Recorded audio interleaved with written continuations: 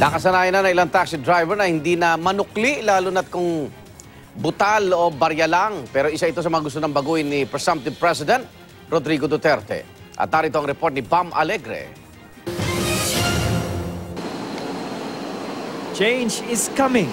Yan ang literal na aasahan ng mga pasahero ng taxi dahil ang gusto ron ni Presumptive President Rodrigo Duterte. Dapat lagi may baryang panukli ang mga tsuper ng taxi.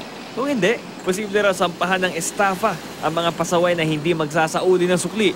Ang ilang taxi driver na nakausap namin, ipinagmalaki agad na may mga nakahanda silang barya. Okay naman yun eh. Para rin naman sa ikabubuti ng pasahero at saka sa amin. Di ba dapat maging honest ka dahil ang presidente natin ngayon gusto mabago lahat ng mga mali. May mga pasaherong sadyang hindi na kinukuha ang sukli. Tip, kumbaga para sa mga isang serbisyo. Pero ibang usapan na raw kung sapilitang hindi ibinabalik ang sukli. Minsan wala. Pero kasi meron kasi mga pasaherong yung pagbigay ng pera. Salamat ha. Pero kailangan may panukli pa rin. Si Mang Rodrigo naman tatalima raw sa mga bagong panuntunan ng katukayo niyang si Digong. Pero kumambyo rin siya ng hiling sa bagong Pangulo na tuparin ang pangakong susugpuin ng kriminalidad at paigtingin ang seguridad.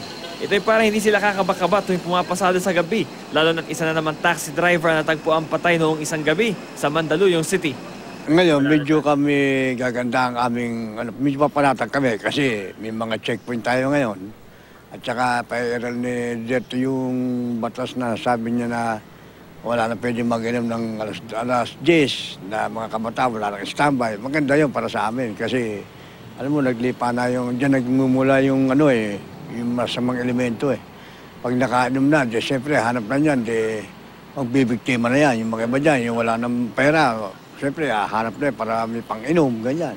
Habang hinuhulma pa ng parating na administrasyon ng kanilang mga polisiya, sinusunod na ngayon ng mga taxi driver ang tinakda ng LTFRB na dapat ilista ang mga driver na pwede lang magmaneho ng kanilang mga sasakyan at kailangan meron ding identification card sa rear view mirror na may sukat na 8.5 by 5.5 inches. Para sa unang balita, Bam Alegre reporting.